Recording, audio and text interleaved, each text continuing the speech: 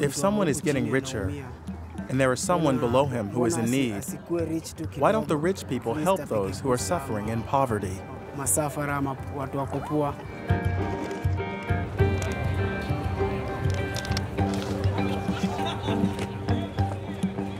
The rich don't care about inequality. They are indifferent to it. If this continues, there will be major disruptions, whether political, whether social, whether military, whether ecological, whether in terms of health.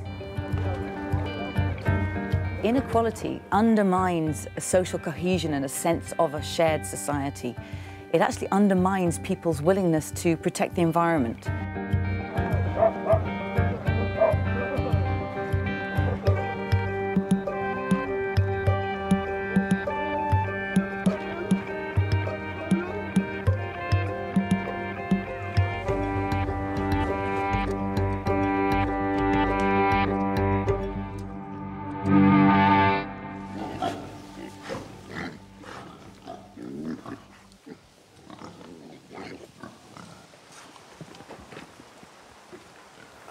My name is Godwin Ochieng. I am 28 years old, and I work in waste management. My day is always very busy. I don't even have time to rest. I start working at the dump site at 5 o'clock in the morning.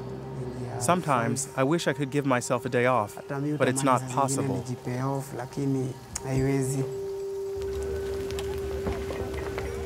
This is Kenya's biggest trash dump. It's just a few kilometers away from Nairobi's commercial district. Every day, hundreds of trucks arrive with garbage from the city's affluent districts and its hotels and restaurants.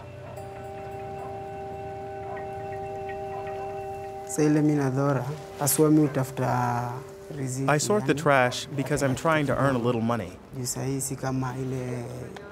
I'm no longer alone. I have a wife and child now. And they're waiting for me to come back with milk or bread in the evening. They'll complain if I come home empty-handed.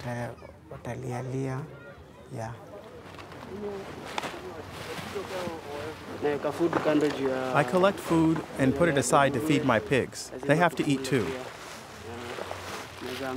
Sometimes I might be lucky and find some packed meat and chips here. And that would be lunch for today, just like that. Some might think this is not a good job. If they see me looking as dirty as I am now, they might look down on me. But I know what I'm getting out of it.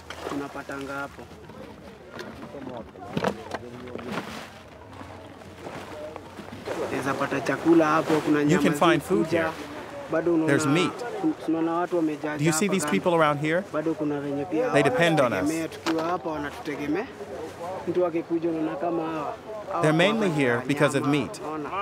Maybe they live somewhere nearby and they haven't had anything to eat yet today.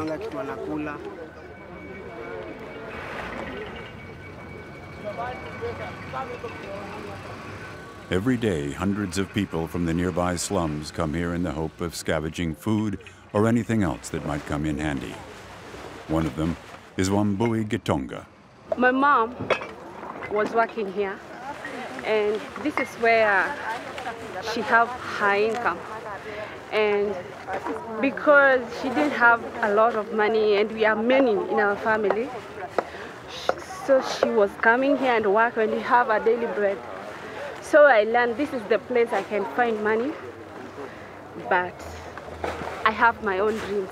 This is not where I want to be in my future coming. Yeah. Inequality first was seen as something that was necessary for growth to happen. It was something that was necessary for productivity. Without inequality, there would be no productivity. Then we started to realize that, okay, too much inequality may be a moral problem.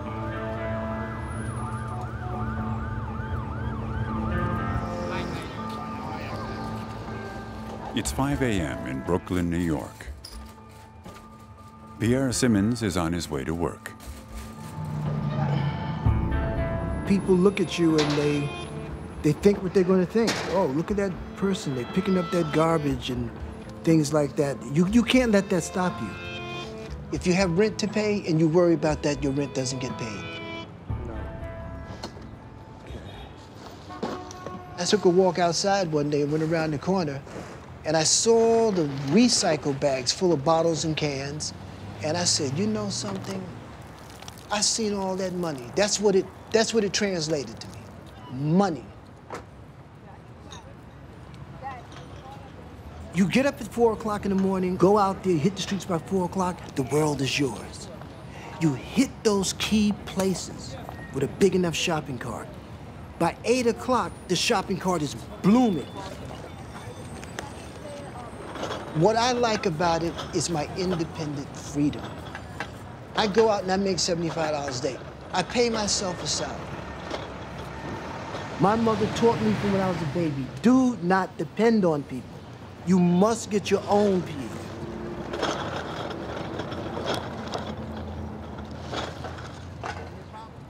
My goal was to just get breakfast and lunch or whatever. That's it. Pierre Simmons never had much growing up. The 65-year-old held many different jobs. Then he became unemployed.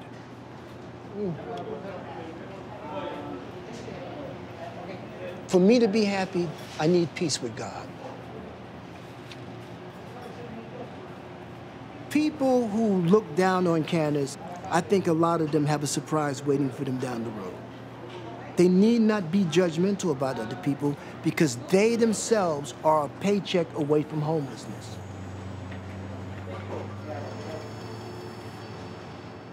Actually, inequality results from people's life chances, from their starting point, and often from just luck or an unlucky turn. And inequality actually really damages society. No longer able to pay the rent, Simmons ended up on the street for months. Being homeless shapes your psychology. Just as being rich shapes your psychology. On the one extreme, on the poor extreme, it could drive you mad. A lot of people don't want to go to the shelters. They're afraid they'll be raped, killed, they're definitely gonna be robbed. When I was homeless, I rode ferry back and forth all night. But once it stops on one time, you can't stay on, you gotta get off. Wait for the next ferry. So imagine you trying to sleep. Or you sleep on the Manhattan side. So in the morning when you're waking up, New York City is walking all over you, going to work. People looking down at you. It's the thought that this guy has a key, he can just go in his house and lay on the bed and watch TV. You don't know how those simple things you miss until they're gone.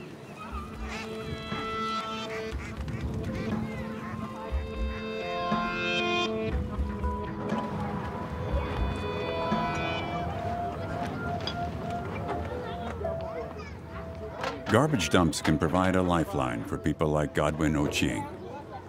It's dirty work, but there's very little other work here. Kenya's economy is booming, but most of the wealth ends up with the country's tiny upper class. It's unfair when some people are so rich, when families own land and farms, while others are living in slums and have to sleep rough. There are some people who even sleep on the dump site because they don't have homes. In my opinion, people who have money should open something like a resource center, which can help lift up those who are below them, or help the young people who are facing a tough life. At least that would help reduce poverty in this slum.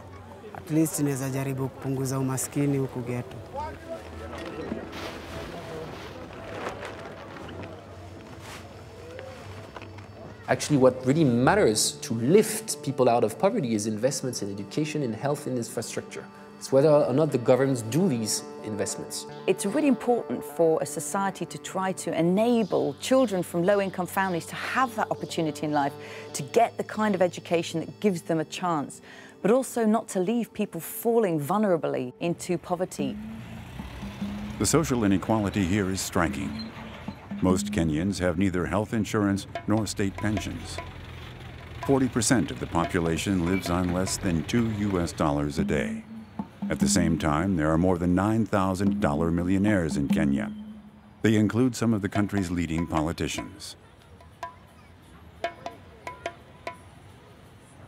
Every afternoon, Ochieng sifts through his daily pickings, separating food from plastic and metal.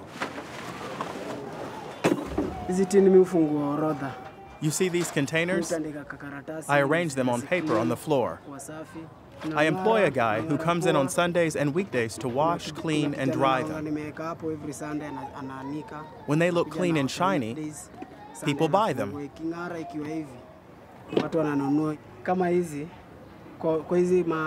If I sell these containers today, then I might get about 300 to 400 shillings.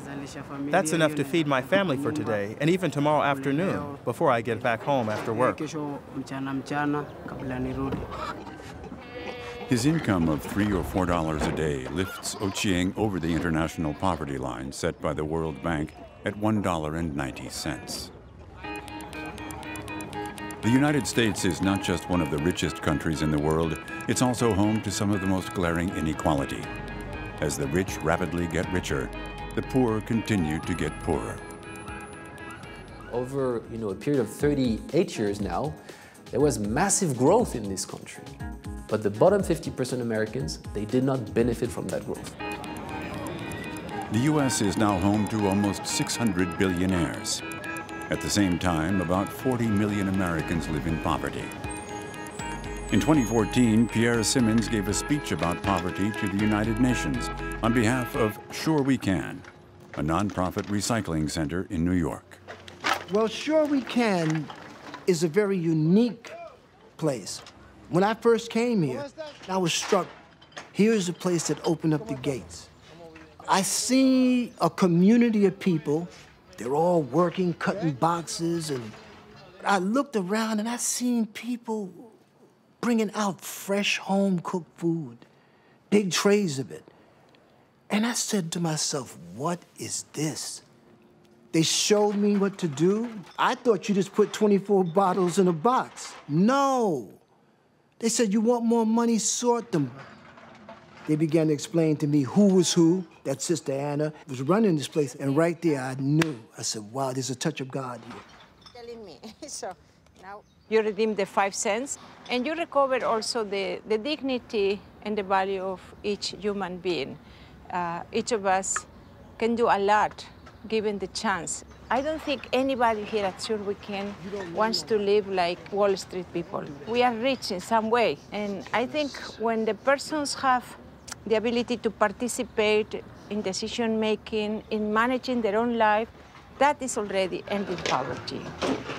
Woo!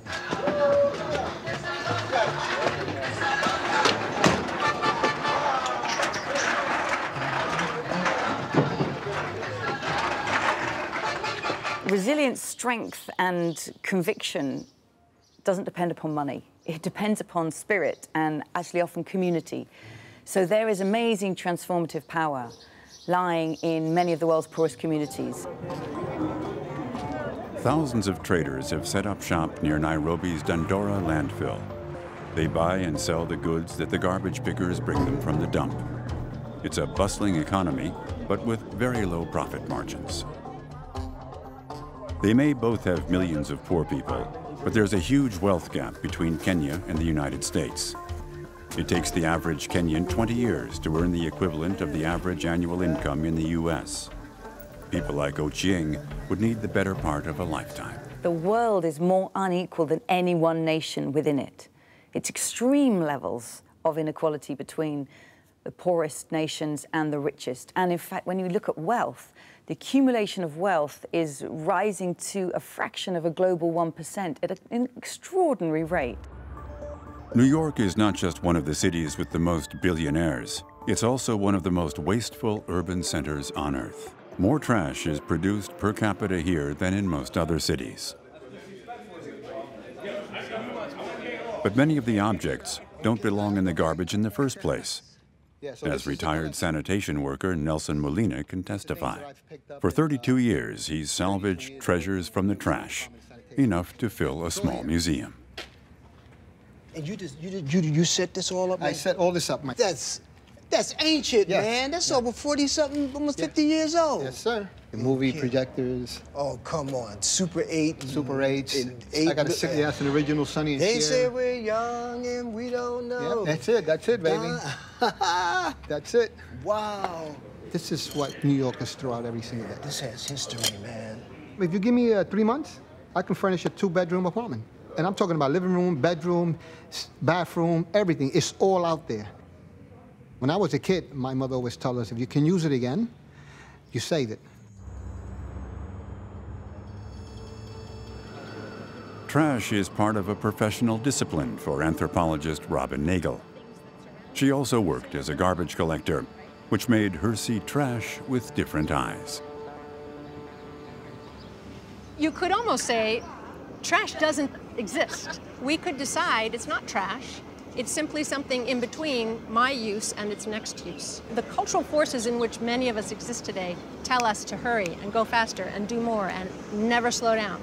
And as long as we keep moving fast, we're going to generate lots and lots of trash. Food waste as a subcategory of garbage is its own challenge because approximately a quarter of all food produced in the United States never even reaches a table. It goes straight into the garbage. How that addresses problems of inequality, it's getting worse. The disparity between the wealthy and people who don't have enough resources to feed their kids across a week, right? The gap is getting bigger and bigger. Wealthy people not only produce more waste than poor people, they also use more of the planet's resources and cause more environmental damage. The ecological footprint of industrialized countries is much bigger than that in the developing world. I think there are two sides to human prosperity that are so simple, I have them in my pockets. So on the one side, a bean. Everybody needs food, needs water, housing, education, healthcare, the basic subsistence of life that each person has a claim to, and we know these as human rights. But at the same time, this little blue marble, our planetary home, we need a stable climate, fertile soils, healthy oceans, a protective ozone layer. So we need to end deprivation and extremes of inequality while creating a sustainable future. They go together so beautifully. Per capita, Kenyans produce just 2% of the CO2 generated by Americans and use only 1/100th of the electricity. But consumption is growing in Kenya too, fueled by demand from the rich.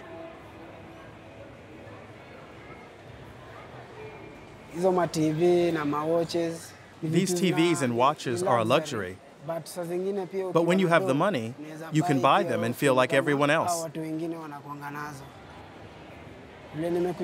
I feel relaxed being here. But since I walked in, I have this feeling like I am in a place of a different class. A place where I am not supposed to be. But I also deserve to be here.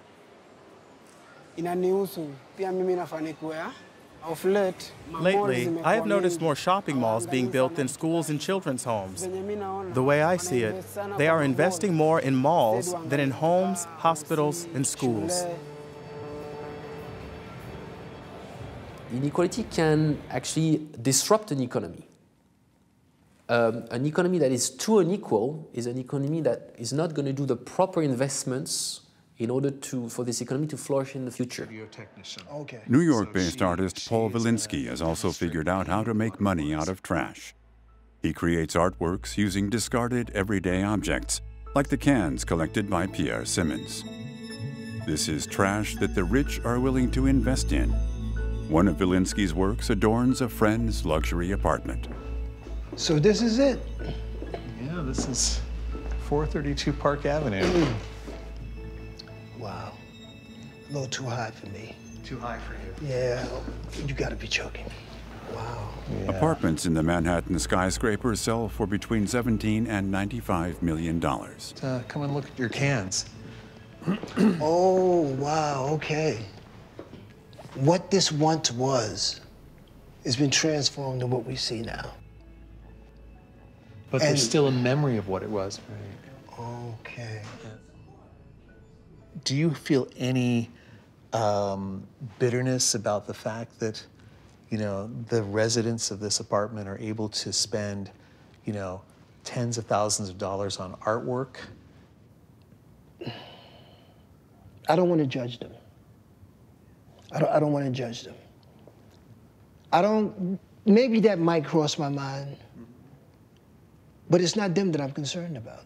I'm glad that they like it, that they love your work, that they're willing to pay you for it, and I think you deserve it, because that is your soul, your genius, you know, but I don't concentrate on them. Yeah. I told Anna and them and other people, I don't want to be rich. I would love to have the money and the resources of the rich. And they asked me why. I said, because then I can do the things that need to be done. Yeah. Education, healthcare, housing, decent housing, mental health services. Mental health, we need that. People are, I believe America right now is a sociopathic society. There's no love, there's no compassion, people don't want to hear it. And I think it's so sociopathic that maybe it's only the privileged ones who can have sensitivity that can look at that and enjoy it. I mean, for me, I'm almost amused by it. That artwork originates in the gutter. And here it is, you know, in the tallest residential building in the world, you know, at one of the poshest addresses in New York City, you know, but it comes directly from the gutters of Queens and Brooklyn, you know. Look and there's that, something man. kind of, you know, there's something beautiful about that. And more than beautiful. Well, no, I mean it. I mean, look at Baba. The 10-square-meter room that Godwin Ochieng shares with his wife Lorna and their daughter Eliana costs about $35 a month. Ochieng lives in constant fear of being unable to pay the rent. He can't imagine trash as a luxury object. He uses it to feed his family and furnish his home. It's hard. All these years, we've grown up with hardship. I grew up like that, and I would like to get away from hardship and have a good life. I don't think those in power will help us. They only think of their own pockets. Once they have filled their own pockets, the rest of us who are poor will just have to struggle. And if you don't struggle, you will stay poor, always. There are those who have money and those who don't. If you don't have much and you compare yourself with those who do, you will get hurt. So if you don't have much, it is better not to stress yourself. One day you will make it.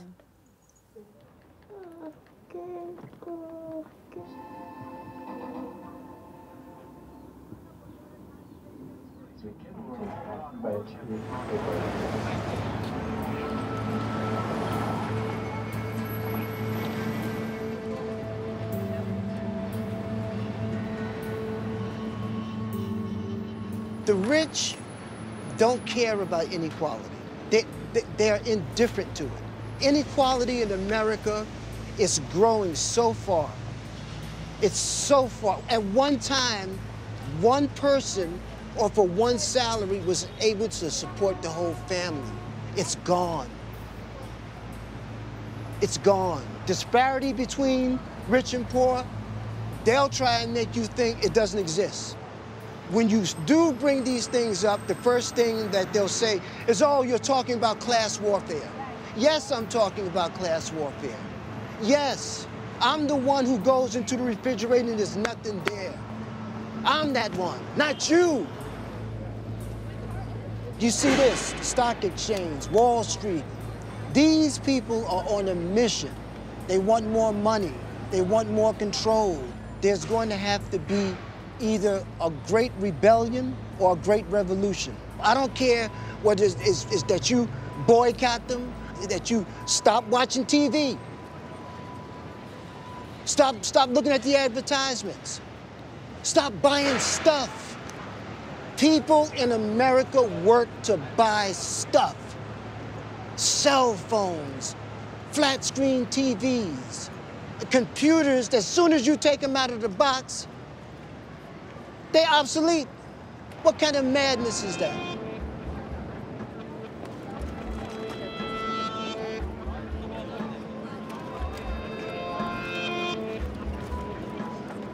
The poor can disrupt this system to the very core. Even if one day everybody got together, middle class, poor, we're not going to work. Simple as that. It would send vibrations throughout this whole country. Inequality threatens the good functioning of the economy. It also threatens the health of the society. It also threatens the quality of the democratic institutions and of democratic debate. You know, wealth is not just wealth, it's shares of companies, it's shares of newspapers. So it buys you basically social power. If this continues, there will be major disruptions. Near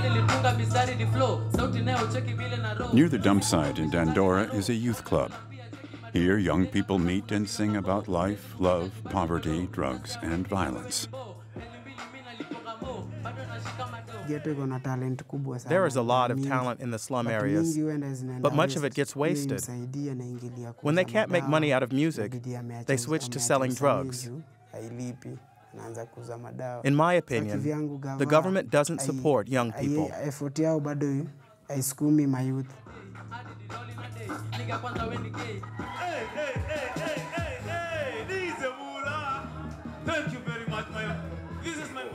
One person who tries to help youths in the slum is Godwin Ochieng's role model, hip-hop star Juliani, who also comes from Dandora. The founder of the youth club wants to radically change Kenyan society.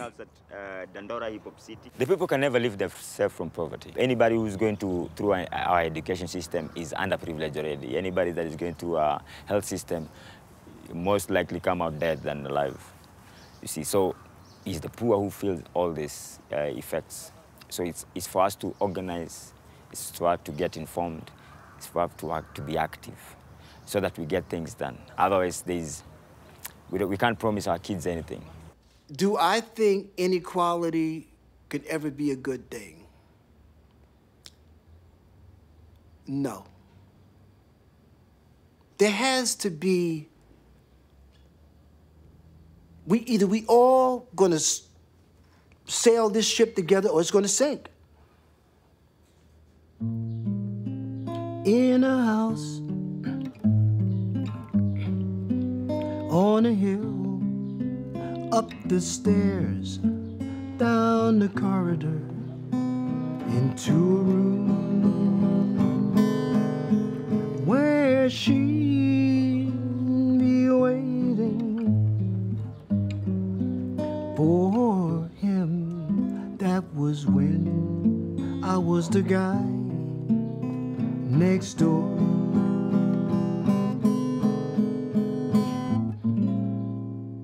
Yes, she loved him.